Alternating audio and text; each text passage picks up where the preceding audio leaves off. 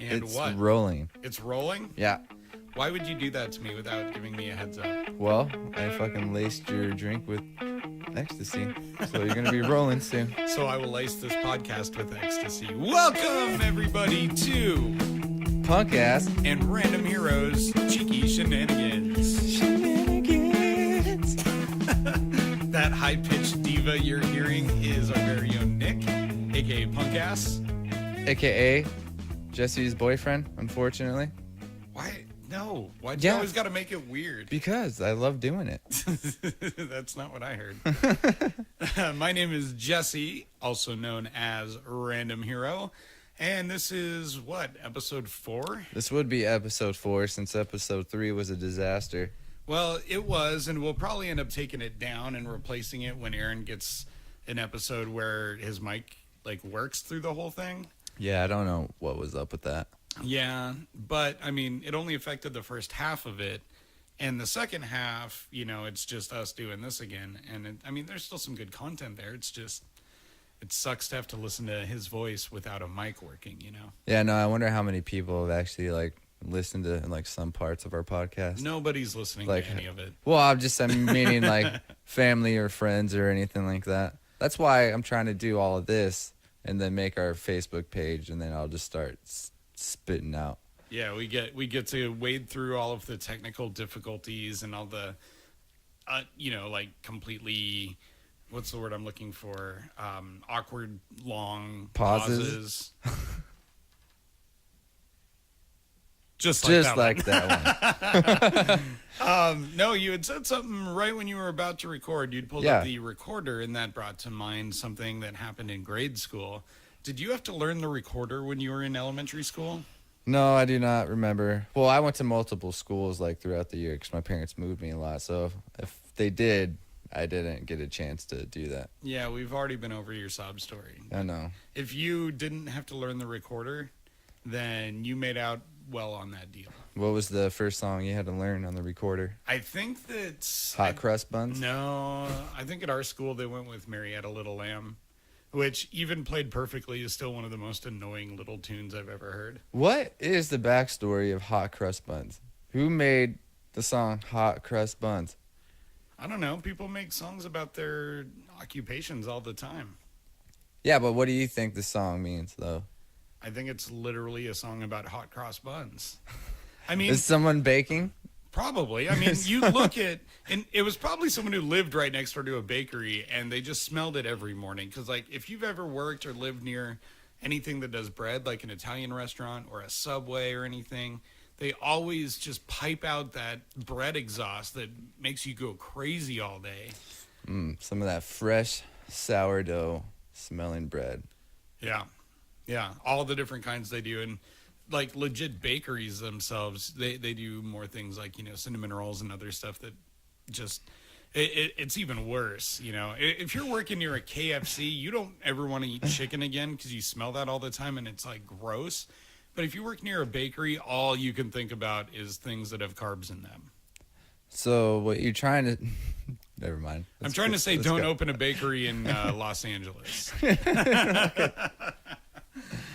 So we are here on episode 4. You've had a bit of a tough run lately, Nick. Is there anything you really want to just get off your chest? No, but I was going to tell you what happened to me today. Do it. I was going through... I love scrolling through my spam emails that I get through Gmail just to see what funny shit I get, right?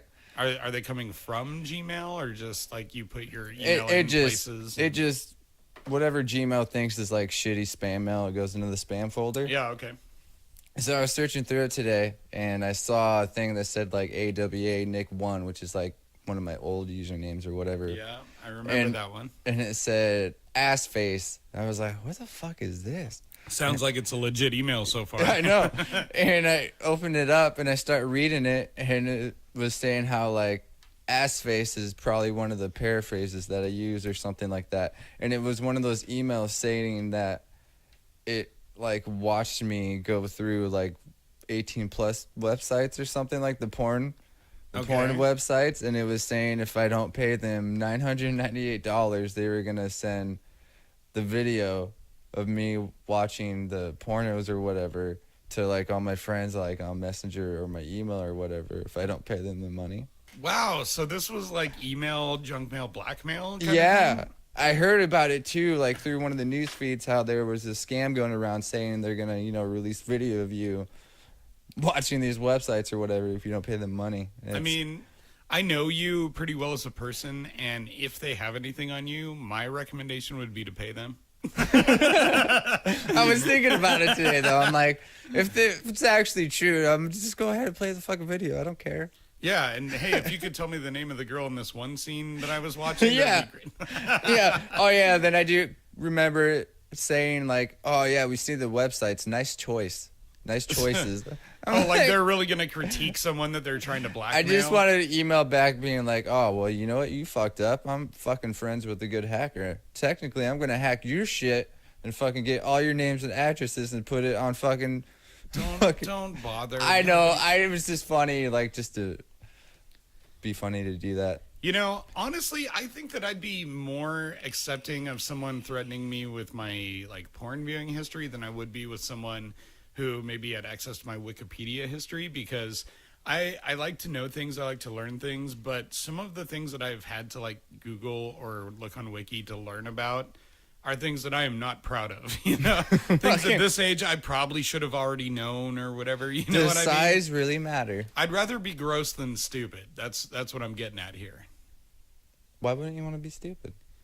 Because, like, I mean, stupid would probably have its merits, You're blissfully unaware of how ignorant you are on some topics, but I don't know. Once you've had the burden of knowledge and you just, have to watch stupid people all the time, you don't ever want to be one. I'd rather be a pervert than an idiot, Lindsay and I were, like, having a little argument the other day, and, she'll listen to our podcast. You're about to tell me that you're both somehow, aren't you? No, we were just, sometimes I'll throw on the podcast, like when we're driving in the car or something like that, to have her listen to it. Uh-huh. And we were listening to the one about how Aaron was like, oh, yeah, Nick's surprisingly smart or whatever. And I say I like to be stupid, just, keep the standards low or whatever. Yep. And we were just arguing about something. She's all, yeah, and you fucking just acting stupid because, you don't want people to know you're smart or some shit like that. I'm like, and I got stunned for a second. I'm like, I really don't have anything to say. No, that's why women are so much more effective at arguments than we are. Is like, so if you're a man, if you get into like a physical fight, there's a very well documented phenomenon where time can kind of slow down, and you're really in tune with the moment, and you're ready to throw a punch or whatever. That can happen. I think that's what happens with women in arguments, is they're able to keep calm, collected, and slow time down, so they have time to think. And just hear me out on this, because they always bring up the perfect stuff. And meanwhile, every time I've gotten in an argument with a man, woman, child, mom, whatever, I spend the rest of the day replaying the argument in my head, thinking of all these clever and great points I could have brought up, or great, jabs I could have got in, and I can never think of them at the time. And I wish I could slow my mind down a little. Yeah, exactly. Until afterwards. Everyone is like a shower lawyer, able to come up with the best rock solid defense on their own. And then you put them in front of a woman who is just so much more skilled at this than you are. I think women are already born programmed being able to turn everything around on any argument that you start. Not all of them, but I mean, that's a classic defense mechanism that a lot of people use. It's not always a manipulation either. It's just that if you both have two sides to one story and you're bringing it up with one perspective, her perspective is not only going to be opposite, but she's probably already thought of your statement plus your next three. So she's just a few moves ahead of you in her head. You know what I mean? Here's an example. Say, Jesse. Yeah. I bought a brand new fucking peanut butter jar and I put it up in the cupboard, right? I'm looking for a fun night with your dog tonight? It's a possibility. Okay. I come home and I'm just really craving a peanut butter sandwich. Yeah. And I just want to be the first to open it. And I come home and I notice that you've already used some, right? Yeah. And then and your defense mechanism would be, well, it should have been there. Or some shit like that. That's how, like, they turn it around acting like it's your fault. Yeah, but if you buy a jar of peanut butter and you really desperately for some reason want to be the first person to use it, maybe you tell her that. It was just an example of like how they could just, when you have a problem they turn it around and make it act like you're the problem instead of making me feel better or something like that. Yeah, but I mean, if you come home, that happens, and I'm just playing out your hypothetical situation here. But if you go to the store, you buy some peanut butter, you want to be the first person to open it, and you don't tell anyone that, you live with her. You have kids there. All of the kitchen areas are shared. If you have a special request, you gotta like communicate that. How is she just supposed to guess? Is this where you're gonna come in and say communication is key? No. All that I'm saying is that if that's your example, it's no wonder she's always getting one over on you, because that's a blatantly easy one for even me to be able to just like tear apart and turn back on you. The thing is, it's all in the battles you choose. If you choose something like that as a battle, you're going to drive yourself crazy, because no one's ever going to be able to read your mind about that unless you're like, every time I get new peanut butter, I'm the first one to use it. Then, as ridiculous of a rule as that would be, at least it's, out there. It's common knowledge. It's not just someone guessing, oh, Nick bought this. I'll bet he'd really like to be the first one to disturb that completely smooth layer of peanut butter skin on the top. Well, what if it's crunchy? It could be crunchy peanut butter. It could be crunchy. Who knows? It could. You never know until you get in there. Oh, Jesse. Oh, me. There's been a couple other things going on lately that we have to talk about, even though it still wounds me deeply, and that is the Seattle Seahawks. I was so pissed watching that game. Yeah, me too. I don't know why we kept running the fucking ball. Well, that's what got us there. Yeah, but when you run the ball fucking 10 to 15 times and realize you're not going anywhere, just start fucking throwing the ball every time. Look, I agree, but the thing is, like, Schottenheimer coming in as our offensive coordinator was widely viewed as a bad move at the beginning of the season, and it proved to be absolutely the right move, because he got us back to a run-first team. Yeah. And that's what got us, to 2 consecutive Super Bowls, winning one of them. There's something to be said about that. And this season, in 2018, Seattle did have the number 1 rushing team in football. Yeah, they did. And while I was watching the game, it was like right before the kick that fucking our kicker got hurt, right? I was texting my brother. I'm like, instead of being negative, I'm like, dude, we got this. And right after I said that, his fucking leg went out, and he's all, good fucking job. He's all right, Hasselbeck. Fucking, we're gonna score. Yeah. Someone quoted that. No, someone came into my work during that game wearing a Hasselbeck jersey, saying that it was good luck, and I was like, you guys do realize that he cost us a playoff game against Green Bay in spectacularly like hubristic fashion by saying we want the ball and we're gonna score. It makes you think that maybe you do need to pick up just like some like mediocre backup kicker that's not worth a lot, just in case if a kicker does fucking go out. Well, and we've got a Pro Bowl punter in Dixon who tried to was trying to get ready to take over those duties, and unfortunately he's a rookie. Yeah, but he's a rookie who made first team All Pro this season. Yeah, they didn't give him any chances though. No, we didn't really give him a whole lot of chances, and we still need like a dedicated kicker. That onside kick was horrible. Oh yeah, it was. And the thing is, like, his style of kicking with the drop kick, it used to be common in like the 40s. They haven't been doing it that way anymore because you don't have the same kind of control as you might if you've got it on a tee. Yeah. And you're coming up and you just can do that place kick correctly. So I hope they sort it out, but in all honesty, this was a season that most people predicted us to have 4 wins. Meanwhile, we at least got into the wild card round of the playoffs with 10 wins and are showing that this is a team that wasn't quite ready to be rebuilt. It needed a fresh coat of paint and a tune-up, you know what I mean? So in the next few seasons, Seattle's going to still be really competitive, but this is a division that's getting more competitive. And well, yeah, I'm probably going to root for the Rams. To go to the Super Bowl? Yeah. I mean, who would you root for? Well, the Eagles again? No, I didn't root for the Eagles in the first place last season. I hate their fans. Their fans are the biggest dicks I've ever met in my life. I do not wish for any good things for the Eagles or their fans. I don't wish them harm. Yeah, Nick Foles. But I don't wish anything break good. a fucking leg. Nick Foles will be gone next season. I know. He'll be probably in like Jacksonville or Denver. It would be kind of ironic though. He won last year's Super Bowl because Wentz was out, and it'd be funny if he won it again this year. Yeah, and that would be one of the most epic like quarterback controversies around, because they've already stated that Wentz is their guy over there. Yeah. But like when they started Foles at the beginning of this season because of his Super Bowl win, he went, he had terrible stats. He wasn't getting the job done. It was bad. They bring in Wentz and he gets him to the postseason, and now all of a sudden Foles is back and they're winning games. Yeah. So at some point, as a Philly fan or in their front office, you started, got to kind of think, oh, what if we just start Wentz in the regular season and then bench him for Foles in the postseason? I mean, I'm sure someone at least has jokingly mentioned that. But Yeah. It's possible. Fuck the Dallas Cowboys. Yeah, fuck the Cowboys. Fuck the Patriots. And I think what I want to see now is I want to see the Chargers represent the AFC in the Super Bowl.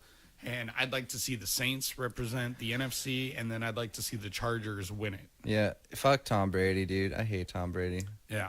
I mean, it's hard to argue that he's effectively the greatest quarterback Not of anymore. all time. No. He fucking sucks. No, I mean, he's having an off year like everyone knew he was going to because his body's deteriorating. But you can't argue with his stats, his records, or his rings. I mean, there's no quarterback that has the complete set like he does. I'm still surprised, I lost the fantasy football finals, which is unfortunate. Yeah, I lost the whole season. But it's just funny to me. I make it all the way to the finals without even having my fucking first round pick at all. Yeah, because you had Le'Veon Bell in the first round, and he didn't start for you all season. No. Yeah. I benched. He was a waste of bench. He's going to be somewhere outside of Pittsburgh next season, and it's Seattle. looking like Antonio Brown will be out of there too. Yeah, there seems like a bunch of drama going on over there. No, I don't think that Seattle needs Le'Veon Bell. I think Chris Carson has stepped up, and he's going to be the guy. I thought Rashad Penny was going to do good, but Penny shows some good things. If it was my depth chart to rule, it'd be Carson at 1, Penny at 2, and Davis at 3. But I would keep all 3 because they've all shown flashes of brilliance on different downs and in different situations. But if Seattle could make a run at somebody, we don't have a great track record for picking up huge name free agent receivers. But if they could make a play for Antonio Brown to complement Tyler Lockett and Doug Baldwin, that would probably be the scariest receiving core in the NFL. Yeah, that would be awesome. Doug Baldwin's awesome. Sometimes I underestimate him. I'm like, oh, it's just Doug Baldwin, and then he does like a fucking awesome catch during that one game. I'm like, oh shit, all right. Yeah. And they're just they're a fun group of guys to watch. They're young, and the Seahawks give this city good vibes and hope in a way that no other team has been able to do here. Even the Sonics, even though they won a championship, even the Mariners, in the few seasons they've actually made it to the playoffs, none of it lifts this area like the Seahawks. Sonic? Are you talking about Sonic the Hedgehog? No. Sonics? Yeah, the old... basketball team. The Thunder. Yeah, the Oklahoma City Thunder. Yeah. The team that used to be... It's just funny because, no one really talks about them anymore. No, and now that Seattle's officially getting an NHL team, a lot of people are... I'd still rather have a fucking basketball team. Well, that's coming. Believe me, that's coming. But the NHL was in a spot to give us a expansion team without waiting. As of right now in the NBA, it looks like we'd have to wait to have a team move here for right now. Yeah, LeBron James. Just kidding. No. It'd be cool to get like Kevin Durant back, though. Michael Jordan.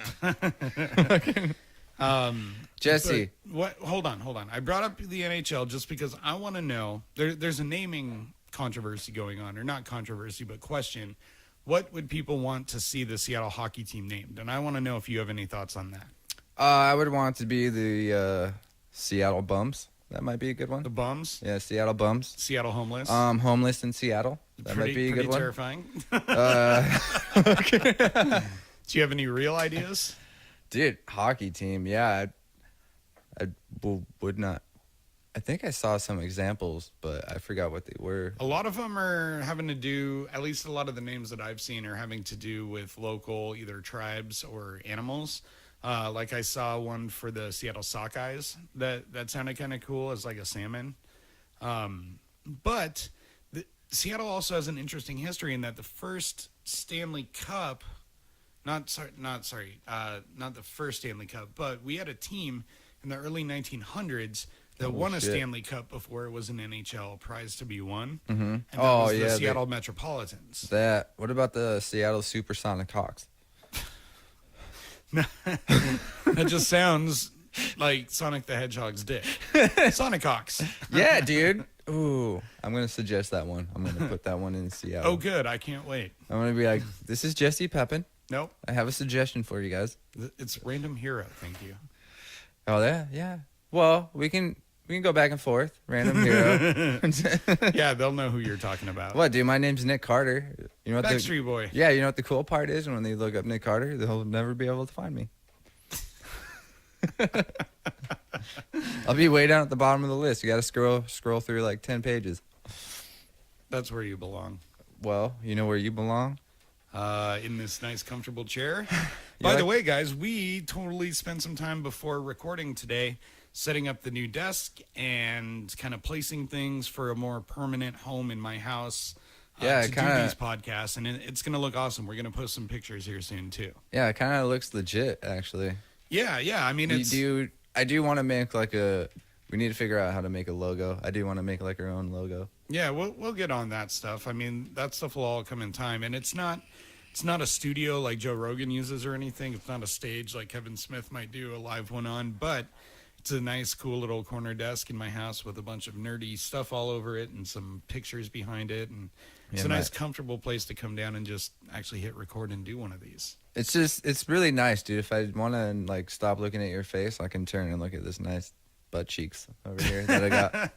And since people don't know where you're looking, I can just say that you were looking instead of at my eyes, down at my ass. Oh, that's your ass the whole time, dude? No. Oh. My ass would look way better than that in fishnets. And it'd probably be like a little water pistol gun instead of a revolver. Yeah, probably. I mean, I like to shoot guns. I don't know if I'll ever own one, but I do like to go shooting them sometimes. You do? Yeah. Go with Aaron. He and his dad know a guy out in Granite Falls who owns a quarry. Yeah, I know. I've been there. Yeah, I know, but the people listening haven't. Oh, there's people listening now. Maybe. You gotta talk to them. You can't just say assumed things. They don't know that there's a picture of a chick's ass with fishnets and a gun over there. You know what I mean? You gotta tell. You gotta paint a. You gotta paint a picture. Yeah, a word picture. Okay. Like, for example, I could tell everyone how you're sitting in an office chair that has two black armrests on it, and that you had some blue Dickie shorts on that are now around your ankles, and I see a nice brown stain in your boxers. I was waiting for you to notice that. Oh, dude. Speaking of brown stains, here's a funny story, right? Okay. Well, it's more of an embarrassing story for me, but yes, even better. Yeah, I used to wear these Scooby-Doo boxers when I was younger. I used to like them, but they were like weird fabrics. They weren't like, the usual boxer fucking fabric. You mean like a silk or something? Yeah, they were like more like way cottony than usual. Huh. But anyways, they would always ride up my ass. And I remember, we'll say during like 8th grade, teenager years, I used to like sag my pants really bad because I thought it was cool at the time. Everyone did back then. Yeah. But I was fucking hanging out with my friends one day, and I was like laying on my stomach, just fucking around, talking or whatever.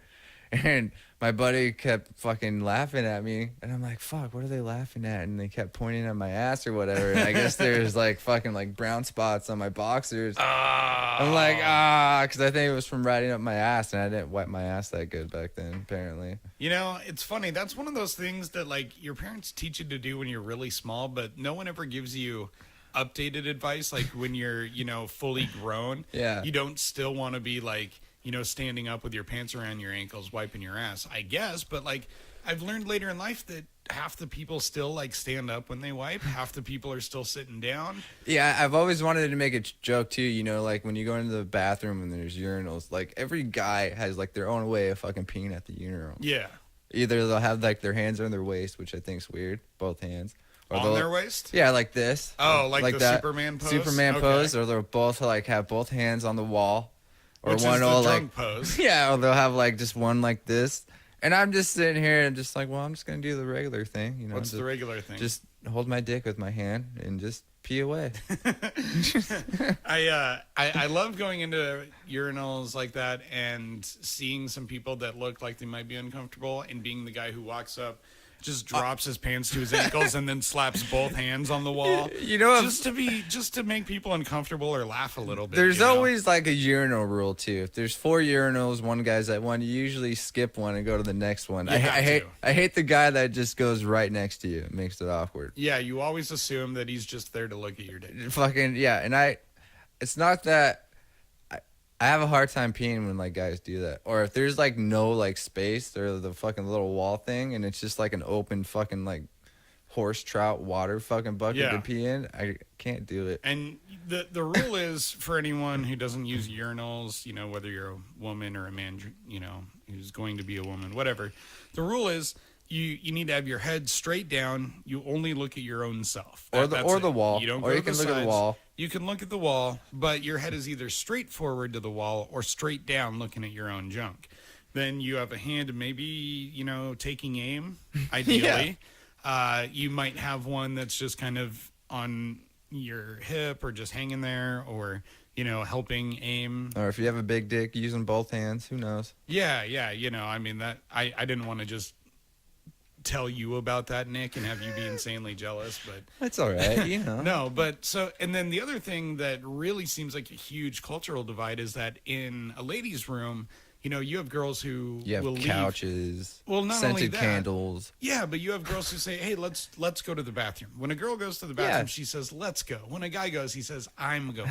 Let's go pee And- together, guys. Yeah, so in the ladies' room, you guys could be having pillow fights. You could be discussing, you know, sociological events of the day. You could be discussing You could be new fucking shitting things in together. physics. Yeah, you could be playing battle shits. Whatever it is, you're in there together. It's a team exercise. But in a men's room, if there's a guy trying to talk to you in there, you hate him with every fiber Yeah, of your and being. why is there always fucking pee on the floor? Because guys like to be dicks, or they don't know that they're being dicks. It's just, yeah, I don't know. It always smells bad in there. Yeah. It smells like a fucking water buffalo died in there. But if you're in there peeing and some guy comes and not only takes the urinal right next to you, but then starts trying to talk to you, like all you want to do is just get out of there. Be like, hey, So guys, that's out a nice there, watch you're wearing. or if we have some ladies listening who are going to make the transition to guys biologically and hormonally, like, please don't be the type of guy who goes into the bathroom and talks to people. You look like you transitioning and ran out of money. Yeah, I did. I'm just kidding, dude. I heard that somewhere. It was so fucking hilarious. I loved it. That's actually a surprisingly good one. I stole that. I just wanted to tell it to you. So do you have anything like at your work that's like an etiquette thing that you want to discuss? You know, something that drives you crazy or a pet peeve, or even not at work, but like when you're out, something you just wish that you could tell everybody so that they understand. You know what my biggest pet peeve is? What's that? It's fucking any container that you buy at the grocery store. You know, like the containers where you gotta like, you open up the fucking container and then they have that film on top. You gotta pull it off, right? Yeah. Well, there's people, I won't say any names, in the past or current. They'll open up the film, but they won't take it fully off, and they'll put it back on with the cap on, and that bugs the fucking shit out of me. Are we talking like yogurt or Yeah, yogurt, something like that? yogurt, fucking sour cream ones, shit like that, and it just bugs the shit out of me. So Or like coffee can, fucking just tear it all the way fucking off and put the fucking top back on. interesting. I've never really thought about that as a peeve situation, but yeah, I could see that being annoying if you are the type to always want to take it all the way off. Well, why leave it on? The whole point is it keeps it fresh for that one-time use. I think people think that having another layer of anything there helps keep it fresher. Like another They're layer. wrong, but I think they feel that way. What's your pet peeve? I've got a bunch of them. My number one might have to be when my hands are sticky, though. Like, if you're spreading, like, jam on toast and you get a little on the knife or your spoon or whatever you're making and your hands get, like, that sticky, sugary texture, oh, it drives me crazy. Oh, yeah, I know you hate corduroys, too. Oh, yeah. I get Oh. violently ill if I am touched with That corduroys. is so weird. Yeah. And it's been as long as I can remember. I used Is it to just have- the fabric? Yeah, it's something about the fabric. And you know how, like, if you were to take corduroy and make it so it didn't have the bumps in it, it would pretty much be like velvet, right? Yeah. So even velvet to an extent does it because it's that texture feeling, all those little fibers or whatever like bristling against my skin. Something about it just creates this like physical, visceral, like nauseous reaction to it that just it's uncontrollable. It feels like I'm being given Ipecac. And my friends, like you and Aaron and other douchebags, love to try and get me to inadvertently touch corduroy just so that they can see me freeze and almost have to go vomit. I should order a pair of corduroys. Actually, I do want a pair of corduroys. Pants. Well, Aaron's former sister-in-law, Becky, I stayed with her and Steve for a while. Steve is Aaron's brother. And I stayed with them for a while, and they used to have this blanket that had corduroy on one side and not on the other. And every now and then when they'd have like some people over or we'd all be hanging out or something, they would love to just throw that on me with the corduroy side facing me and watch me basically not move until someone was nice enough to get it off me. Because if I don't move, I don't feel all the little fibers. But as soon as I move or I shift and I feel that rubbing it up against me, it's like, ah! I can't do it. So, it's just funny that fucking one type of fabric. Yeah, the way that you're describing it to me, it would make me feel like it's like sandpaper rubbing against my skin or something like that. That's not a terrible analogy for that at all. Yeah, that's pretty right on. It's I don't really know where it came from because I used to wear corduroy pants as a kid and they were okay. Something maybe corduroy raped me or something. As a fucking therapist would say, it must have been a past experience that you don't remember.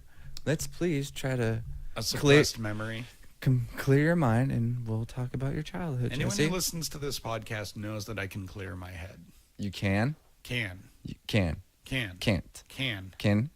Can. Can. And then, you were talking about jokes and stuff. You wrote me a joke or whatever, and I was trying to think of one too. Mm-hmm.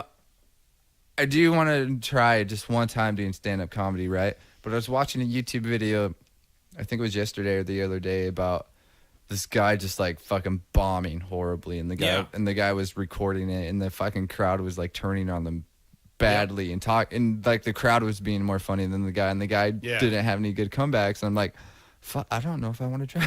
No, you got to try it because look, that was the number one fear before I decided to do it. Was I didn't know how I would be able to handle the reaction of going on stage and telling jokes that I think are funny and having no one laugh and bombing. Well, the guy was kind of going about it wrong. He was calling like people like fat fucks or they're fucking stupid or ugly. I'm like, I don't think that's really the right way to go, dude. And that's the thing is that even the one time, like I did stand up 5 times at a local open mic that's purely for stand up comedy on Monday nights. Did them 5 times. And out of that, only once did I bomb. And it was a night that everybody bombed except for the very last comedian who was like a national dude. But what I want to say about it is that once you've actually bombed in a place like that, you realize, A, you know what you need to work on, though. Yeah, B, you know what you need to work on, especially with like how to react or maybe find a joke that you can use to try and turn a set if you're bombing. But 3 is like they weren't mean about it. Like, even when I was done bombing, even when every comedian went up and bombed and left, they all still clapped. I think we had all gotten in our heads a sense of dread because most people in the audience were other stand-ups or their buddies who they brought to see them. Exactly. So everyone was caught in a mix between, okay, I don't want them to feel bad because when I go up there and bomb, I don't want to feel bad. But I don't want to suddenly make him be the only guy who is not bombing and clap and laugh. Like... It was like a self-fulfilling prophecy of suckitude for a whole evening, but you came out of there not feeling bad about it because it happened to everybody. Yeah, I feel like I'd probably be able to handle it okay. I just don't know if I'd be able to handle like the crowd turning on me, and I say something fucked up or stupid that I'll regret 'cause it's like bugging the shit out of me. Well, and that's when you got to start to train yourself on how to come back to people. Yeah. And you can do that in your everyday I feel like life. as I'm getting older and all the drugs that I used to do, I think it's just... my brain's going downhill. So that's why I'm starting to read books and trying to, but I still get my brain going. I still want to see you do stand-up because out of all those times, I got heckled a few times during my set, but it was by, like, friends who were they thought that it was okay to try Like, and helpful. make it a conversation. Yeah.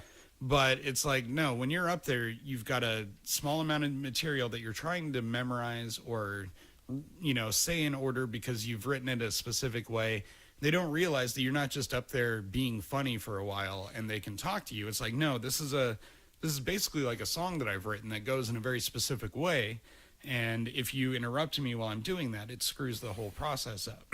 Yeah, see, I need to look up on writing like jokes how you would write it, because I like the comedians that are more like past experience or life examples or whatever. Yeah. So that's how I want to do it. Like back in the day, those stupid fucking weed commercials would come on and they'd fucking have something fucked up happen. Oh, this is what happens when you smoke weed. There was this one commercial where like the two guys are hanging out in his dad's office or whatever, and the guy was saying, "You think my sister's hot or whatever?" And he has like a gun out and something like that, and he accidentally shoots his friend. Well, anyways, back in when I used to live in Arlington, Washington, during like middle school, I had my friend come live with me up in Arizona because he didn't like his mom and he's getting in trouble all the time. So I figured maybe if he lived with me and my parents, we could help him. But my sister and my brother-in-law lived with us, and he had a shitload of guns. Does this story have a point? Yeah, it does have a point. Okay. Because my best friend would like just do a bunch of drugs and drink every single fucking day, and not doing any better. And we had a basement, and that's where our little band practice hangout room would be. And I was down there one day, and he comes downstairs, and I always made fun of him because his sister was hot. And I'm hanging out down there, and he comes down there, he's like, "Hey, Nick, do you think my sister's hot?" I'm like, "Yeah." And then from around his fucking back, he fucking pulls out the revolver that my brother-in-law has and like points it at me. Jesus. And at that moment, I'm like, I got scared for a second. I'm like, are you really gonna fucking shoot me? I think I remember I like got down on my knees. I'm like, what the fuck are you doing? And then he starts fucking laughing. I'm like, oh, you motherfucker. But I was gonna try to make a joke about that in reference to the fucking weed commercials. Yeah, well, I mean, there might be some humor there, but I got to be honest. Right now, that type of humor where we're talking about guns and stuff like that, it's kind of hitting home for me. And this is something that we haven't brought up on the podcast yet because it just happened. I didn't do that on purpose either. That's kind of funny. No, that is an interesting segue because Yeah, I'd I know. forgotten that I was going to talk about this. But let's see, a week ago, this last Friday, there was a gunfight, like outside, pretty close, right across the street from my bar, that started when I was outside. I'd just gone outside. I had a couple customers from my bar outside with me, and across the street, about 50 yards away, suddenly there was a few quick shots followed by more. And so my first instinctual reaction was mass shooting. These guys are taking these guns, and they're either going to come into my bar or Tony's. Did you like see what happened? Did you like? Yeah, I saw the people with the guns shooting them. So were they like out on the sidewalk shooting each other, or was it like a drive-by thing? No, they were in the middle of the street. So Across the street from like Tony V's and your place? Well, people listening won't necessarily know exactly, Yeah. but effectively there's an intersection. There's one bar opposite of mine across the street. And then if you go across the street from that in the other direction, it was right there. So it was like kitty corner from my bar, but it was in the street. If they had backed up another 10 feet, they would have been in the intersection. Gotcha. And the street goes up on a hill, and there was a group of about 4 guys at the bottom with one shooter, and a group of about 4 or 5 guys at the top of the hill with one shooter. And they were kind of trying to shoot towards each other, but they were such pussies about it, they had turned away. So they weren't looking at the person they were shooting. They were shooting kind of behind their back in the air, just kind of both wildly in the amateurs. air. Yeah, so, but you don't necessarily piece all that together when you first see and hear gunshots. Yeah. So my first thought was mass shooting. So I grab everyone from my bar, I get them inside, lock it down, and that had all taken about 20 seconds from the time the first 3 shots were fired. And then within about a minute and a half, all the police showed up. And so for that 90 seconds time, you realize that even though that does feel pretty quick, each second is an eternity when 2 people have guns and there's a crowd of people around. Yeah. So, I get everyone in the bar, I lock it down, tell them no one's leaving until the cops show up.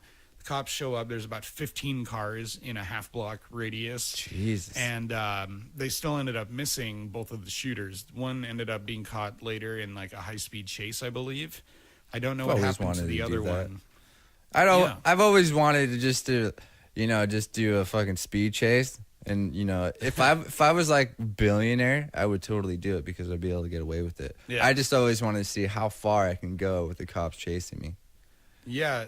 like Grand Theft Auto style. Being a billionaire wouldn't prohibit you from getting. In Well, you would jail still if get you in went on a trouble, car chase. but I'm just saying you'd be able to bail yourself out. Just having a car chase, just starting off speeding, not fucking shooting a gun, not robbing a place, just fucking go. Just go. Just go. Just go. Never look back. In like a white Bronco or something. Yeah. But Fucking- the last thing I really want to say about that is that, I've never been to war. I didn't serve in the military or anything, kind of to my shame at this point in life, but never did that. So this is really, I've been around guns plenty. I've had one pulled on me a couple times in my life before this, it was never fired or anything, but I've had guns pointed at me. I've been around them firing, but I'd never actually been around guns that were wildly being fired, potentially to hurt somebody in public. Yeah, it And- seems like they were really bad at it, though. Bad reputation. They were. That was not like a Compton style.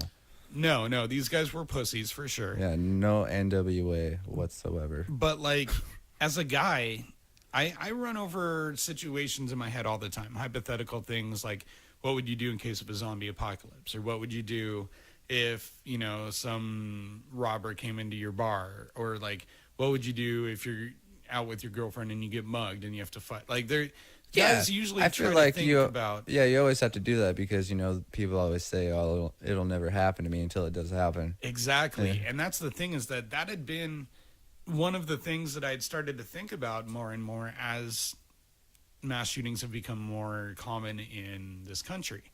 And so that's one that I thought about all the time. And the thing that I was really surprised at is that when it came down to it and it started happening, I feel like I did everything exactly like I was trying to imagine I would do to keep people safe. Take charge of the situation, tell everyone to shut the fuck up, keep them safe, keep them out of the way, and, make sure nothing happened to them. And to that end, it was fine. But at the same time, in your head, you start to think, okay, maybe I'm a little bit Captain America, and maybe I could be the type of person who would actually stop a shooter or something. Yeah, I always think that too. I always this is what goes through my head. Like if I go to like a gas station late at night, Yeah. and I always think like, okay, well, what if fucking someone walks in there and starts try to rob the place on the counter, and I'm just out in the back like looking at chips or something? Yeah. Would I sneak behind them and try to do something? Right. Or would I just say, fuck, I'm just gonna And wait right here? that's that thing that you can't know for certain until you're in the moment. Right. And although I did the necessities correctly and well, I still feel like to an extent I kind of let myself down because I wasn't able to do anything to help the situation. But that's totally Well, you got the wrong... people to safety. You did that. Exactly, but you don't realize until they're actually firing guns out there that oh, if you don't have a gun too, what are you going to do to stop that guy? You just got to try and get safe. And I'm not saying that everyone should walk around armed. I don't have really a stance on the Second Amendment as far as that stuff goes. But I'll tell you this, I would definitely be a lot more in favor of smart, simple, effective ways to keep guns out of people's hands more, so that pussies and idiots like that Oh, now you're really aren't gonna able get to. them going. No, I'm not. You're- No, look, this is a place where we should be able to talk about this stuff, No, I even know. from a potentially humorous aspect at times. But this is something that since it happened, it's affected me. There was times when I would wake up in the middle of the night just kind of replaying that scene in my head. And I'm not saying I have PTSD. I can't compare myself to a soldier, but I've seen that and I've been there, and it was very scary. And I feel like maybe I need to do a better job of training myself in case there comes a time when it is actually a mass shooting. Mm-hmm. Because we have one of those every day in this country now. And the only reason I brought up the whole gun thing is because people are so fucking afraid to even talk about it. People are uptight. Yeah, you get people who are either They want all the guns all the time for everybody, and if you say anything else, you're a communist, taking away their rights. Or they want to be like Australia and get rid of guns. Right. Or you want to try and get guns out of everybody's hands, which isn't going to work in this country. Like, you know what? I own a gun. People would probably be like, why the fuck does he have a gun, right? I'm actually really safe with my gun. You let the cat out of the bag when you prove to everybody that you're smarter than you like to act to keep standards low. Yeah, maybe I shouldn't do that anymore. I don't know. Yeah. Stop, making everybody realize that you actually have a brain in there. Because looking at you, no one would guess it. Yeah, I know. Exactly. Well, you know, what am I supposed to do? Fucking wear slacks and a button-up t-shirt? Is that what you're supposed to do when you turn 30? That's what I've heard, but I mean, I'm 5 years into my 30s, and Sometimes my girlfriend will be like, why don't you wear some adult shoes? I'm like, what does that even mean? I'm like, that is never going to happen for one. Have you gotten a definition out of her as to what that does mean? Well, like, she'll point out, like, these, like, fucking, like, loafer shoes or something like that, you know? Like, GQ style, like, clothing. Oh, the type of shoes that she wants to picture you wearing when you go with her to a farmer's market on a Sunday afternoon. That's exactly it. Drinking your... What's wrong with my Dickie shorts? You know, I finally caved in and I bought a pair of Levi's. You've seen them. I bought some pants. I don't pay attention to what you wear. Yes, you do. I see you looking at me. That fucking... I keep wondering where you hide this alleged penis of yours. It's in my butt. Oh, there we go. A way to bring it back down to that. Icebreaker. All right, so let's switch gears again here real quick. Ooh, this just popped up in my head. It's a sexual thing, right? Have you ever, no, while having sex, no, with a guy or female, No. I don't know what you do. None. Have they ever stopped No. during the intercourse and started talking to you and started crying? Like a girl in general. Started talking to me and then started crying? Yeah. No. No? Ever have you ever had one just stop and start crying, or ever No, stop in the middle? I'm good at what I do. No. I don't know. It's happened to me before. It's just, and I started laughing because it reminded me of like a movie scene or something like that, when you're just like enjoying the moment and then out of nowhere it just stops and like starting a conversation about like feelings or something. Is that what it was? Was she talking to you about feelings? Yes.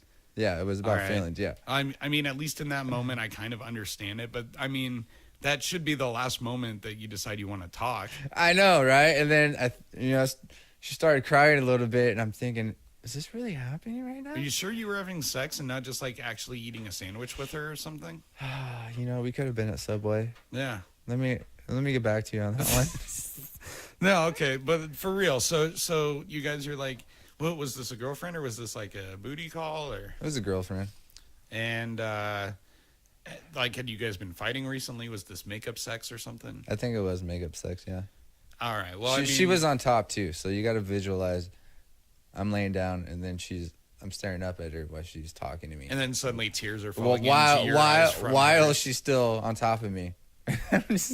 And I just started laughing a little bit, and she's... Oh, you can't do that. No, I did. I did, and then she finally like realized. She's like, "Oh God, am I really doing this right now?" Yeah. The rest of that, nah, that's not really the time or place. But if it does come up, laughter and being able to like be self-realizing about what you're doing in that moment, and I think it's important as you have more mature relationships. Funnier things are going to happen at funnier moments in your life, and you're just going to have to deal with them. I'm sure at your stage of life, you've had sex with a girl and she's farted or something funny, or you have, or... It's always those awkward moments when like girls like queef or whatever, and you just know you both have to ignore it happen, yeah, and just keep going. Or you can have the awkward laughter, but it's just funny how we already like know in our heads, just like, oh well, we'll just ignore that happen. Yeah. It's like keep going. Oh. Moving on. But even if you do stop and start laughing, like that's the sign of ironically enough, a more mature relationship, that you can like laugh when you're in the most intimate of moments. And, you can still feel close, even though, like, in your early 20s, something like that would have mortified you. And you would have, gotten up and got dressed and left the room if you started laughing or something. You know what I mean? Like, yeah. There's a certain level of shame that is attached to sex the entire time as you grow up that slowly becomes eroded, as you get more and more of an adult.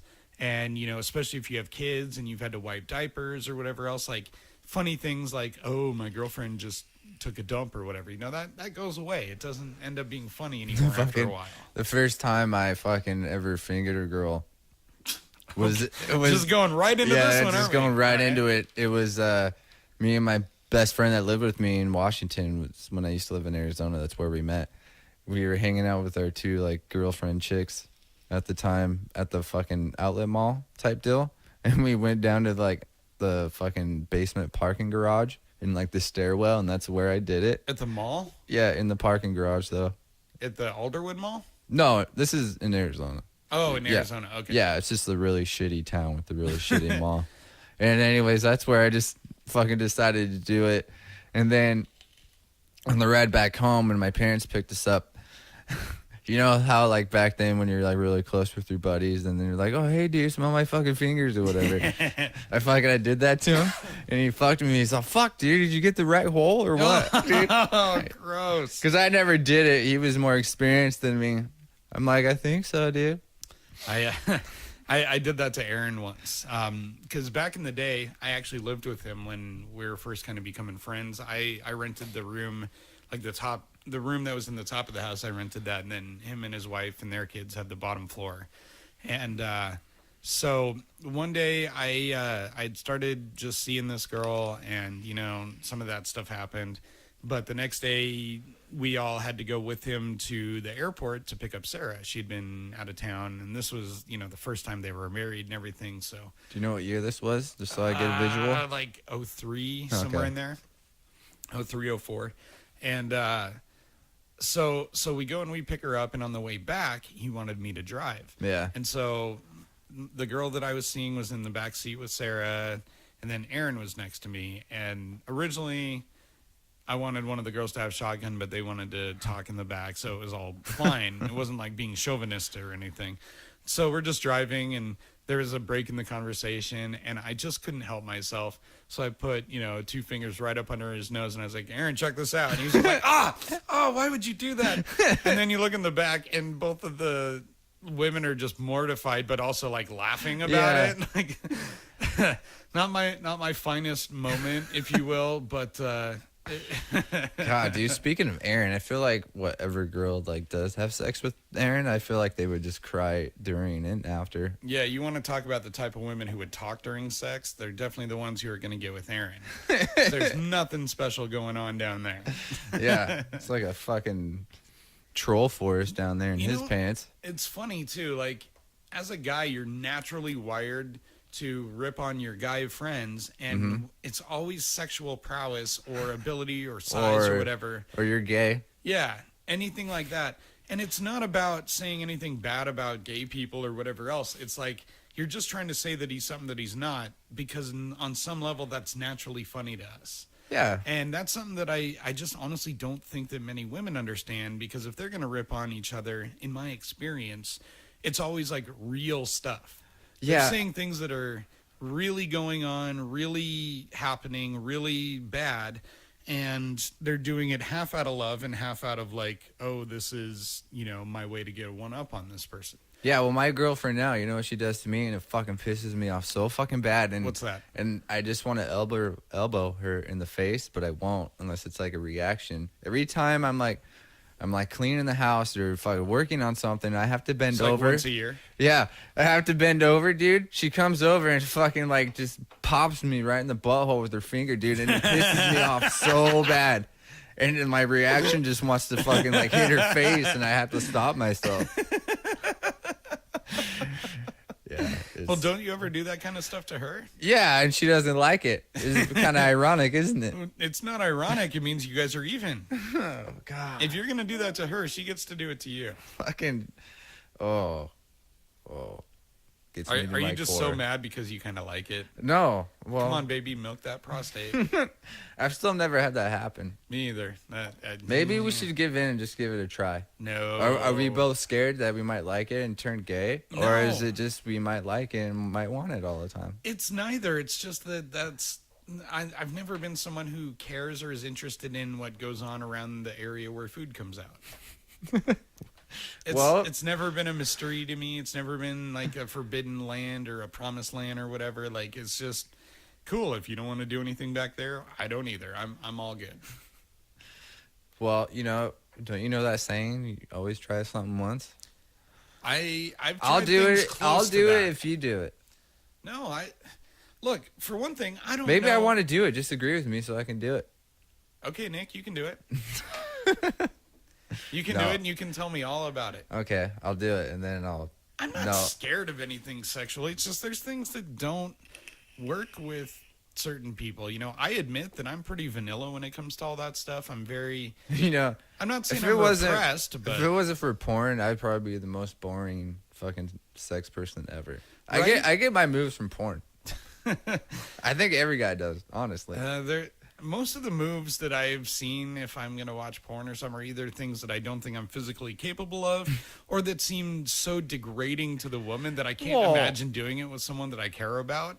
Well, yeah, there's always those fucking like really raunchy, like horrible ones. Yeah. But I'm talking about like the ones that like it's okay to do, I guess so to say. I don't. You might have to give examples because I don't really know what you consider. Well, okay there's to always do. like the pulling of the hair. Sometimes girls like that. Yeah. Or the choking. I would have That's never. a tricky one. Yeah, I know. But I would have never known any of that if I've Have you- never seen it. Have you been with someone who like actively wants you to do that to them? Yeah, right now. Okay. Yeah. Are you sure she's gonna be okay with you Well, saying that? it's too fucking late now. It's too fucking late.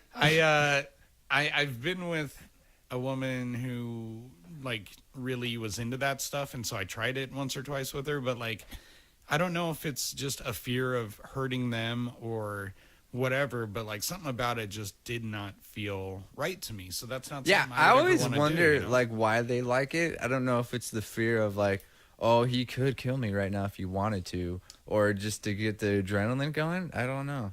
There's a side to people that want to occasionally feel powerless. For me, it's storms, like big thunder and lightning storms. I would love nothing more than being outside in a big storm and just feeling so small and so powerless against this huge act of nature that it really reminds you that even though in your head everything that's going on in your life seems like the most important thing in the world, you go out there in this big storm and you realize, okay, not only are there thousands of other people right now who can also do nothing about this, but these storms are happening all over the planet all the time. Fucking hurricane. Yeah, and then they're happening on like other Hurricane. planets. There's just storms and forces of nature that we would never ever be able to do anything about. It reminds you that everything that feels so crucial and so important in your life really only affects you. And sometimes that is really difficult for people to accept or acknowledge. And I like to try and keep myself reminded of that, because otherwise my narcissism runs wild unchecked and I start answering to Jesus Christ. Yeah, but you don't. I don't. Really, you would run to Jesus Christ, huh? No, I start answering to Jesus Christ. Oh, As in, yeah, like, but if you say Jesus Christ, I go, yes. You rang? yeah, it's just like if you're fucking in the airplane and fucking you thought it was going down or something like that. Who would you would you start praying? I think I probably would. Yeah. There's an aspect of religion and praying to something that isn't there that's not only comforting, but it starts to feel almost like a security blanket where you can go, okay, well, If I'll there keep that in my back is, pocket just in until case, the last. Yeah. Because he forgives you if you Yeah. fucking. But then That's if you crazy. Really, if you really look at the dogma, like if you're not actually sorry, then you're not actually going to be forgiven or whatever. But there's a lot of apparent contradictions in there that says, well, if you've been saved once, you're saved for the rest of your life. Well, that's why it's really hard for me to believe that there's like really religion out there or Jesus or God, whatever. Because a murderer can just fucking murder people and be really sorry afterwards, and he still gets to go to heaven. You know what I mean? Like what yeah. God or something like that would have like a rule book like that? Well, To me, I feel like if you really wanted to get into heaven and it's like a magical fucking place with just like good, wonderful people, you would have to be like the Santa Claus. You have to be good all fucking year, your whole life. yeah. Well, and I mean, on the other hand, also, like if you were to think of yourself as God and ants as people, And then let's say that you have a giant ass ant farm, right? And you know that there's something that if those ants do it, you'll destroy the whole thing or get it out of your house or whatever. Like if they break out and cause a wreck, it'll be too much for you to deal with or whatever. So you have these rules in your head, but you have no way to actually even communicate that to the ants, nor would you bother trying because they're ants. So it's like if there is a God who went through all of the process of intelligently designing characters and people like us who are capable of having a conscience and emotions and self-awareness and, great acts of compassion and artwork and all that. But like, just because you design them doesn't mean that you have anything in common with them. Yeah. They're still effectively ants to you because you could snuff them out in a second, or what they do might just be entertainment to you, or might just be a setting or whatever else. So even if there is a God, it's really difficult for me as an adult to picture that he really cares what's going on down here, or that he would bother trying to send a set of rules through one ant to the rest of the colony. If I was to put a little stone tablature in ant speak in an anthill and then watch the Moses ant trying to deliver that to the others and stuff like that. Are we talking about Ant-Man the movie? No, I'm just trying to relate us to ants and us also to gods. You know what would be to illustrate the difference in like planes of existence and awareness, especially with this whole Tom Cruise and Scientology shit going on. It'd be a really cool segment for one of these fucking times. We find a Scientology church and we go in there and we start telling them that we may want to convert and see what the process is. What's interesting, and just talk about the experience of how that actually works. So when I was in high school, I was really into church, and we did this program the summer before my senior year called Summer Servants, and it was a very intense program where you're spending all day, every day of your summer working and doing good works through the church. And some of that is also just getting educated on other religions, as well as a better education in your own.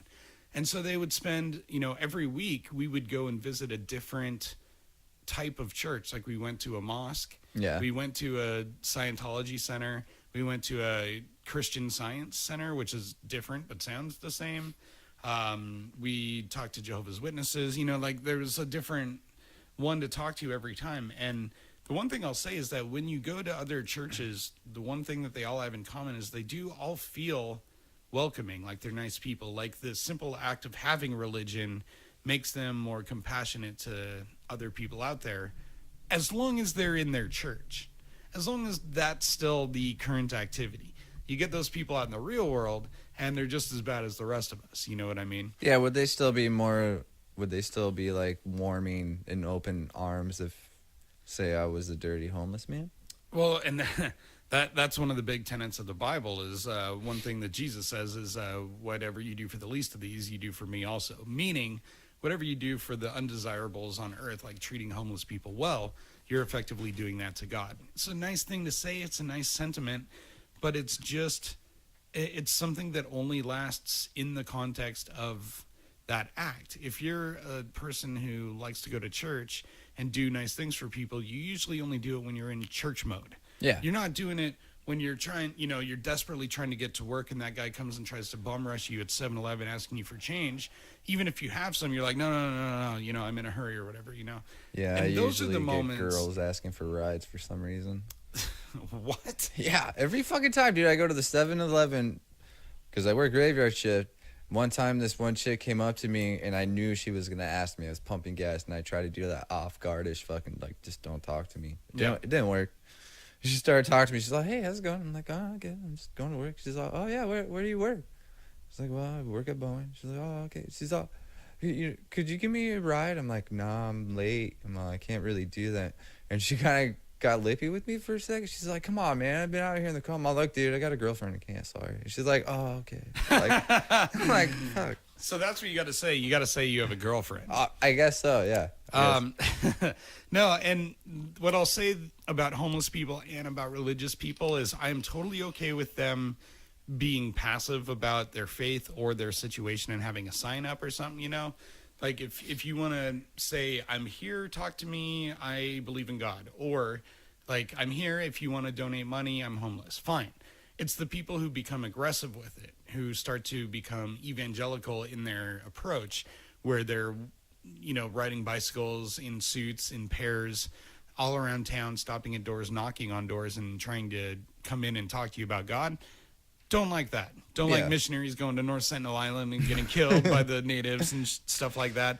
And I don't want homeless people coming up and, aggressively trying to get money or change. Or if I say, like, no, I'm sorry, I'm kind of broke. And they're like, well, didn't you just spend money on, that soda? And it's like, or I hate when money I worked for, but I don't have any extra right now. Like, when you're gonna like give them money and they like try to like look and see what's in your wallet. Yeah. I'm like, get the fuck out of here, dude. Yeah. And one time I I just gave a homeless person on the corner a 20 because I had just gotten like a bonus at work. This was years ago and it was in Portland. So I thought, okay, cool. I'm going to pick one random person who's homeless and just try and make their day by giving them a 20. And pulled up to the guy, and it was kind of a quick thing, and I handed him the bill. He didn't even look at it. Didn't even see it, which is fine. But he had already taken it, and he was asking if I had any more. And I felt like I got punched in the gut. Like, dude, I just gave you what I thought was something pretty generous, and for someone like me, it is pretty generous. If you're a rich guy and you can easily give $100, it doesn't mean as much as someone like me who gives 20, and that actually could, get you something. So it felt like a kick in the nuts, and it's like, all right, well, screw it. I'm not doing that anymore. I'd be like, give me that fucking dollar bill back that you thought I just gave you. Buddy, did you even look at that? That's a fucking 20, you idiot. God. But, like, at the same time, that's just because, if I really think about it, it's because I felt cheated out of a feeling of good vibes for doing something altruistic, which, if I really think about my reaction, means that I wasn't doing it for the right reason. If I'm annoyed that he didn't praise me over how much money he got, that's because I had an expectation that he was going to be super grateful and saying it, So that's some people would say, you're not supposed to do that. You're supposed to be grateful that you're helping someone instead of getting a reaction back from this person that you help. Exactly. And I think that's one of the most genuine battles that we fight in our head, is even when we do try to do things for the right reason, we're still kind of hoping in the back of our minds that we're noticed for it, or that someone finds out, or that someone praises that action or whatever. Like, there's almost universally, if you're really honest with yourself, whenever you do something really nice, you're hoping that somebody thanks you. I'm really weird. I don't know. It's just if it's pastimes or, or this is why people think I could be an asshole or I'm just standoffish or whatever. Punk ass. Yeah, exactly that. Punk ass. People will do stuff for me or help me or get me things. And, sometimes, like, I am really thankful. Like, I'm really thankful, but then I don't say it. Or I don't want to say it. Right. I don't know why that is. It's weird. But I feel like they know me and they know that I'm thankful, so I shouldn't say it. You know what I mean? Because I just don't want to say it for some reason. Huh. Yeah, it's a weird thing. Maybe I don't want to, like, show my emotions, I guess, like that. Well, gratitude isn't really an emotion. Well, it's a reaction, but just in general, if, I am thankful for the stuff that you do, if I don't say it. I don't do much. Yeah, well, yeah. Fucking goddamn. I really don't. There's not much that you ever need to thank me for. Well, let's nerd out for a minute. Yeah. You want to talk about the Aquaman movie? I do want to talk about Aquaman. Do it. But my experience is going to be way better than yours because I went to the 4DX theater. Oh. Which you should know what that is, right? 4DX? That sounds like the bra size of a girl I dated once. Really? Is it 4DX? Was she from Texas? Was she a cattle rancher? She did grow up in Texas, I believe. No, is that the one that they do down at Seattle Center? Yeah. Yeah. Well, it's Seattle Regal Theater. Whatever. Approaching. Jawbreaker. Oh my God. Yeah, it's where the seats move, and then if it's raining and stormy, they got like wind fucking controls and misting and stuff. It feels like you're in the rain with the fucking movie scene. I don't know about those, but they do have the moving seats and that kind of stuff out here in Monroe at their theater. There's not a whole lot of these theaters. There's one in Seattle, some in LA, one in New York or whatever. But realizing you're gonna go see Aquaman at the 4DX theater, you need to realize you're gonna get a little bit more wet than you want. And it's all gonna be smelling kind of fishy because it's all seawater. Yeah, they did have some sense in there. They did smell kind of weird. But it was a really awesome movie, and I love how they made it. I thought it was way better than Justice League, and I would think it's way better than Batman. I feel like they went all out on this Aquaman movie to really get in comparison of the Marvel movies. Now, wait, when you say better than Batman, are you including the Nolan Batman No, movies? I'm including the fucking Ben Affleck ones. All right, so I agree with you on that. In fact, what I've been telling people is that it's the best DC movie they've made since Nolan's Batman movies. Yeah, I would say... And that includes Wonder Woman, that includes Man of Steel. God, Wonder Woman's all so of them. hot. Well, she is. Gal Gadot's an amazing Wonder Woman. She did a great job in the movie. It's a great movie on its own, but I think that Aquaman gave us something really new. It was more of an And they adventure kept movie, everything original, too. They even had the fucking suit at the end. Yeah. I really thought it was cool they kept it original like that. And, like, what I like is it's not an origin movie because he's got these powers his whole life and people already know he's an Atlantean. And it's also not just a rivalry or an evil movie. Like, the bad guy, quote unquote, is just another guy like Aquaman who has a different solution for the same problem. Yeah, it's kind of like Thanos. It is. is. It's Thanos trying to get rid of half of the world or whatever. It is. And in this case, it's... But if you think about it, it's better than just... Like, if you take the first Guardians of the Galaxy movie with Ronan the Accuser, now, in the comics, he's a more rich character. But in that film, he's basically trying to destroy an entire planet with an Infinity Stone because they were mean to his race of people for a long time. There's evil for the sake of evil. You've got, in Thor Ragnarok, which was a great movie, you've got Hela, who's just basically the avatar for evil in Marvel. You know what I mean? Like, Marvel's villain issue, they've been getting better at it with ones like Killmonger and Black Panther and Thanos, but they had so many villains that were just villains to be evil. Yeah. So you get a guy like the villain in Aquaman or Thanos or, some of these movies like Watchmen where, the guy's methods may be extreme and disagreeable, but they're not trying to dominate the planet to rule it or to be evil. They're trying to do something good through a bad means, if you will. And they kept it because, there's like the original Aquaman where he's wearing that like gay skimpy fucking suit, right? Yeah. And then I think later in the 90s, another fucking artist guy, I forgot what they're fucking called, came out with the different style Aquaman, like with the shirt off and made him more buffer or whatever like that. And I think it was cool they kept it with that style, and then at the end still tried to keep the original fucking suit, which still looked good on the film too, even though it was just the money they had to spend on that because everything is underwater and green screen and plus they had some really good actors in there, and they had locations all around the world. That was my favorite section of the film, was really when they're traveling around trying to find clues for the trident. You feel like they're on an adventure instead of like some kind of a rivalry showdown like so many superhero movies end up being. Yeah, it was like Indiana Jones in the sea. Yeah. There's a real element to that, and you've got the standard hero kind of archetype thrown out, and you've got instead a guy who's sarcastic and an underachiever and drinks too much, and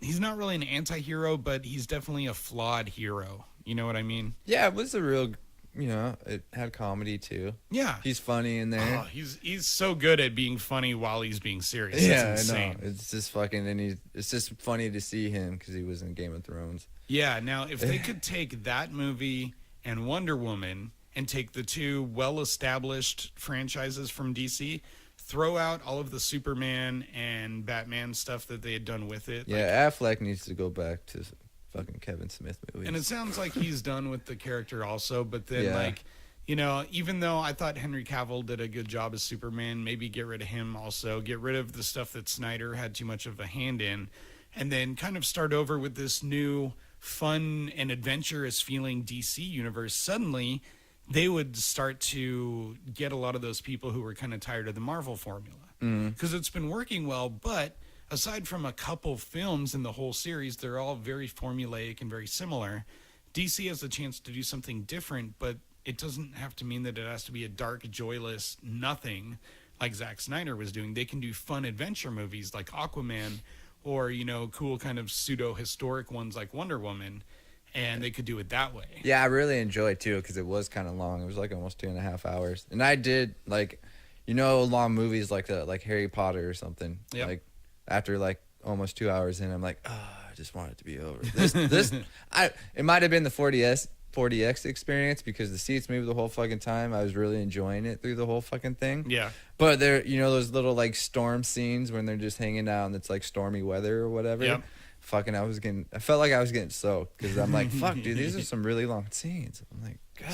So is that the type of theater you would want to go to see all kinds of movies, or is that just kind of like a big movie place? It's you'd wanna certain go? type of movies. I think they choose like the good movies to play. I don't think it's like a once every couple months type deal because it is fucking expensive for like 2 adults and a child. It was $80 just to get a fucking seat.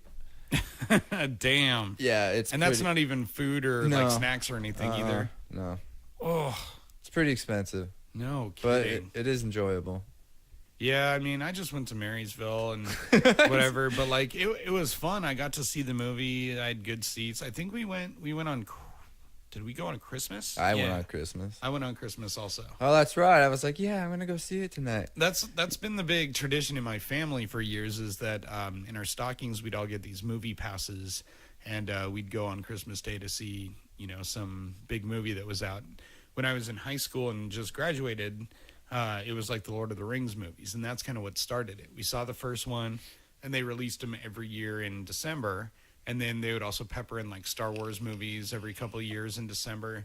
So at Christmas time, there's always some kind of a big good movie to see. Yeah, so it was just a fun tradition. We did have a scary moment because we did go see the 10:30 showing at night because I wanted to beat the traffic trying to go to Seattle and everything. Yeah. And the movie didn't get out till like at 1 a.m. So the parking garage, we start walking and it was fucking closed. And then like all the like fucking weird homeless people were out on the fucking sidewalks and shit. I'm like, oh fuck, am I gonna have to be like the fucking tough guy here in a minute if someone tries to fucking?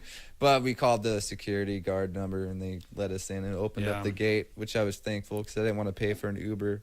No kidding, especially when you parked it in their garage. Like you'd think it would be open. Yeah, I was like, don't you guys keep it open until all the movies are over? Yeah. Or what? Oh, fuckers. That's weird. And for people listening who are not, living in or natives to the Seattle area, we've mentioned homelessness a lot tonight, but I got to tell you guys that it's really become a big deal here, and no one's had an effective answer for it yet. The town that I live in now, Snohomish, I just moved here back in August, and, it's still pretty good out here because we're kind of off the beaten path of the I-5 corridor. But over in Everett, like where I work and where a lot of people live and stuff, you can't go into a 7-Eleven, or you can't get out of your car and go to the store and come back out, or whatever you're doing. You will always be assaulted by a homeless person asking you for something these days. Always. To the point that Everett has now started closing down a lot of their businesses by like 12 a.m., 11 p.m., 1 a.m. Yeah. When they used to be all-night businesses, 24/7 businesses are now closing for long periods of time during the night because there's so many people in there causing problems because they're homeless or broke or, druggies or whatever. And it's become such an epidemic over here that we talk about it a little more lightheartedly than we really actually feel about the whole thing. But it never has been more crystallized than when I moved out here where that isn't an issue. And I have a 7-Eleven, a block and a half from my house. So I'll walk over there fairly frequently if we need little things. And just that freedom of being able to do that at any hour of the night with no one ever asking me for money or anything. It's nice. Amazing. And that's what most people in the country still experience these days. But it's not Marysville. No, Marysville, Everett, Seattle itself. Yeah. We have a huge issue with this stuff now, and someone really needs to, find a good constructive way that we can rehabilitate these people into society somehow and get them, back. Because if you try to find a job, the first thing they ask you is, what's your address? If you're homeless and you don't have an address or a phone number, and you may not be able to get a job. Yeah. So there's so many things that need to be, rectified before these people can become functioning members of society. They don't all belong in jail. It might be annoying to be asked for money all the time, but it doesn't mean that they're doing anything wrong. The system on some level has failed them and failed this area, and now we're the ones suffering for it. Yeah, well, sometimes, they brought it to themselves to be homeless, though. Yeah, absolutely. So Trump should just fucking hurry up and build a wall and get going on the homeless people. Well, no, fuck that. But I want to address that real quick because privilege factors into this also. And I admit that I am someone who definitely comes from privilege. We were poor growing up, but my folks have had an amazing adult life of, getting their stuff together and good finances and a house and all that stuff. Yeah, same. So they've always been there to help me if I ever really was in dire straits or really needed some help. Mm-hmm. And a lot of these people out there, for every person who turned to drugs and did it on their own, there's another person out there who simply didn't have the same support system that someone like you or me has had. Yeah. It's kind of like a shitty fucking line, It is. There's one half where people fucked up themselves, or there's the other half to where they didn't have anything to do with it. Exactly, and that's why I can't universally treat them bad, but I don't universally always give them money either. Sometimes you can pinpoint the bad ones from the good ones. Yeah, and if you're in an area where you see the same people over and over, you start to realize, okay, no, these guys are just, taking any money and going and buying drugs, so don't give them anything. This guy seems like, whenever he gets money, he gets food or something, so, he's okay to give it to. But at the end of the day, what we need to do is we need to just turn all of our charity to established programs that are well researched and use the money correctly to be able to help these people, because a program has so many more resources available, the money goes further, and you know what it's going for. And that's what people need to do, is stop handing money to panhandlers and just donate whatever you want to do to help people into properly researched charities that can do that for you. Yeah, Jesse and I are going to start a foundation called Cheeky Shenanigans. If you want to donate money, we're going to help underprivileged fucking 18-year-old men try to get laid because they're having a hard time doing it themselves. I thought you were going to say we were going to try to help underprivileged podcasters buy more stuff to put in my living room. But... No. So the program is, we find these virgins that really having a hard time trying to meet girls. We take them out to brothels, and the money that you donate, we give to the people that will lay with them, and they will have the best time of their lives. And herpes. Well, that's the chance they have to take. The rest of the money goes for penicillin. Dude, see? We have it all planned out. And please, before you guys get excited or think that's funny, don't. If you want to send us money, awesome. But, no, yeah, we're not going to do anything. We're not going to with fucking it. take any money. I was just kidding. No, well... Who would give us money anyways? Maybe a quarter? No. I mean, you never know. If this actually ends up entertaining people someday, there could be sponsorships or whatever else. But for now, this is just kind of a labor of love that, is now that it's coming together and we've got the desk and everything and, the interface and the audio quality is getting better. I look forward to doing this show more and more every single week. Yeah, I'm going to set up a Facebook page too after this. I'm going to get it going. You can just sit there and just look like yourself and I'll do it, That way I can send it all out and people can actually join and fucking leave comments and shit and fucking say what they want. Well, on that note, on that harmonized note, that was a fucking E flat harmony. There's no E flat. Yeah, there is. Look it up. Google it. There's not. Google it, dude. There is E, there's F, and there's F sharp. There's no E flat. There's no E minor? Or no, there's an E flat. There's no F flat. All right, Jess. Did you want to say anything before we get out of here? No. It's kind of nice just being in the new digs. And, I mean, we talked about a lot of the things that I'd kind of set aside as bullet points to maybe cover. I'm not quite ready to talk about the wall yet because there's more research I want to do, and when I actually go on a rant about something, I like to he goes on a fucking rant. He goes. He just goes like Need for Speed, and you can't stop him. Isn't that my role on this podcast? Yeah, is to balance out it your is. stupid comments with a little bit of intelligence? Yeah. Well, next time we should try to reverse that. Okay. You try to do the serious ranting and the intelligent stuff, and I'll just sit there and call you gay all the time. That would be awesome, actually. You'd probably like that way too much. I would like it. Speaking of liking it, I have really liked doing this show again. I did we took too. a little time off for some life issues that had come up and made recording difficult. And Christmas and New Year's. And Christmas, well, that's kind of what I was including. Christmas and New Year's are difficult. Yeah. You just have to have too much fun. Yeah. Way too much fucking fun. All right, guys. But hey, this is episode 4. You have been listening to Cheeky Shenanigans. Wait a minute. What are you supposed to say? We don't have an established. You have an closing. established closing line.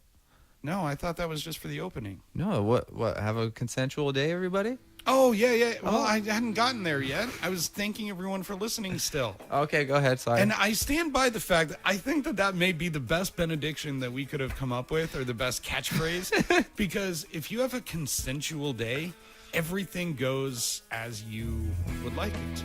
Okay. Everything, you're given the option for everything in your day. I think. Well, then what was wrong with my homosexual day? Yeah, because not everybody's a homo. Everyone deserves to have their consent considered. Oh, okay. There's nothing wrong with being gay.